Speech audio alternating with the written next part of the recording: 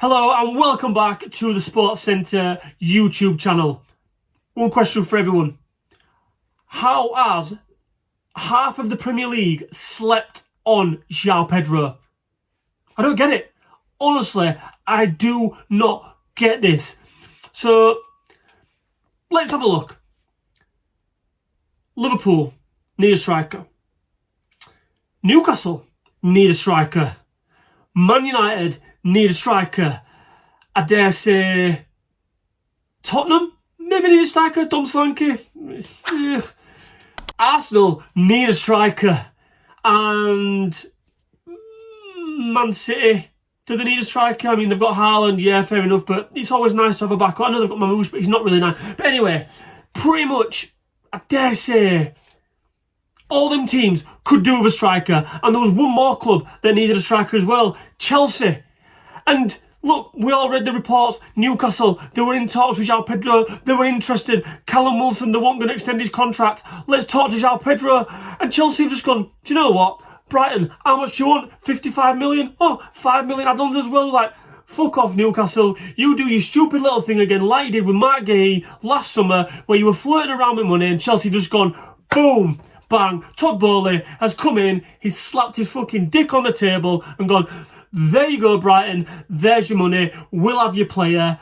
And what do? They stick him straight on a plane, straight out to America, in the FIFA Club World Cup, and he's banging in 2 unbelievable goals in the semi-final to lock Chelsea's place in the final.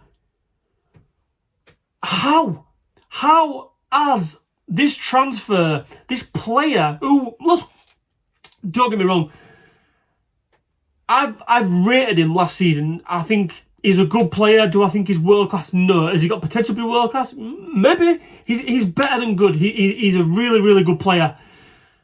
And given that we know Brighton's business model, they buy, they find these little gems and they sell them on for high profit. They've done it umpteen times. We've all seen it before.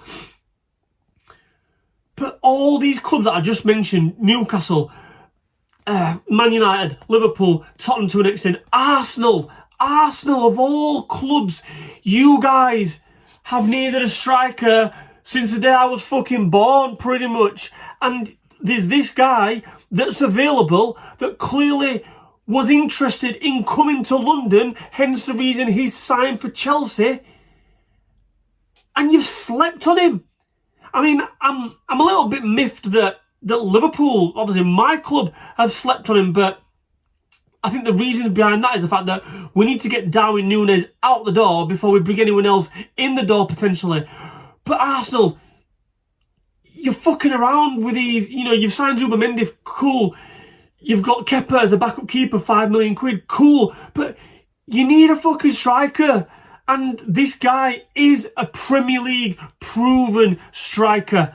Now, the only thing, and I'm only speculating here, but the only thing that I can think of for a reason of why the likes of the clubs that I'm not going to list them all again, but the clubs that I've just mentioned slept on João Pedro. And is it anything to do with his temperament? And look, whilst he's not got the worst disciplinary record in the world, he's got what I like to class as, he's got that South American, that South American grit, that aggressiveness, that nasty streak. And I mean this in a nice way, in a good way, because you want that streak in a player. You want to see it, We've seen the likes of, not even like South America, because Alan Shearer, he had a nasty streak about him. Ian Wright, Dennis Bergkamp, Thierry Henry to a little extent. These world-class players, they all had that bastardness, there was a lot of bastards sometimes, there was great players, and there was, they come across as like humble, nice people on and off the thing. We see more and more of them now on social media, but when they cross that white line, they weren't taking any prisoners, and he's a little bit like that. He reminds me a little bit of Luis Suarez, he's got that aggressive streak to him, and has that potentially put teams off signing him? I don't know. Like I say, I'm only speculating with this, but I just cannot believe for the life in me how clubs have just let this go by. And if reports are led to be true, Newcastle, you was in talks to potentially bring him to the club, and dilly-dallying once again about the financial things, and you've lost your man. You did it last summer with Mark Gay, and you've done it again. You've lost potentially one of your main signings, and you're looking now at Anthony Elanga as an attacking option, but he's not a striker. And if anything happens to the likes of Alex Isak, Newcastle are fucked. They don't have a backup striker.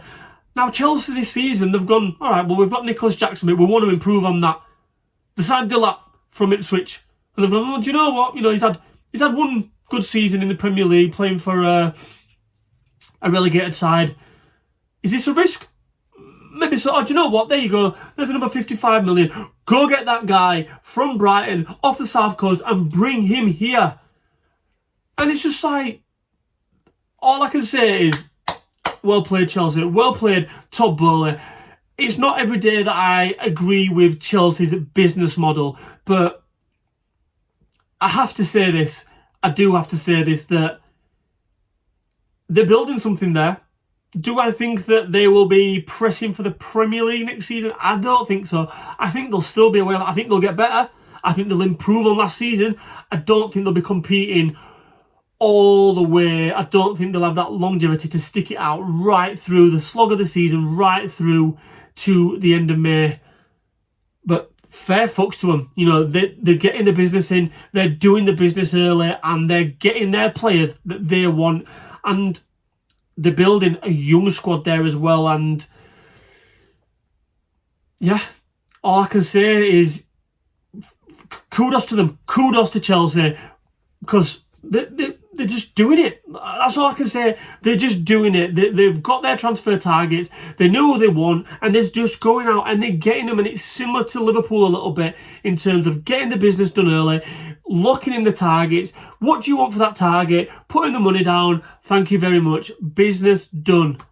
So, as I say, Arsenal, Newcastle, Man United, you've missed out on a great player. Liverpool missed out on a great player, and honestly, I'm a little bit good about that, because I rate João Pedro. I think he will go from strength to strength at Chelsea. And look, will he be a starter? That remains to be seen. I dare say that he's good enough to start in the final now of the Club World Cup. After those 2 goals last night, he's got to start for me. But yeah, well done again, Chelsea. It's not often you'll get me to say that, but well done, Chelsea, for getting this player. Let me know in the comments, guys. I want to hear from Arsenal fans, from Newcastle fans. I want to hear from Man United fans. Like, how do you feel about this? Liverpool fans alike as well. How do you feel that a potential star has gone to a rival? And, with them just signing the striker as well, you potentially could have got in that guy's ear to say, well, you're not guaranteed to start at Chelsea. Come over here. We can guarantee your starts. We can guarantee your goals and all that kind of stuff. But yeah, let me know in the comments below, guys, what you think. And if you've not already, why not? But if you haven't, hit that subscribe button right there. I'll catch you in a bit.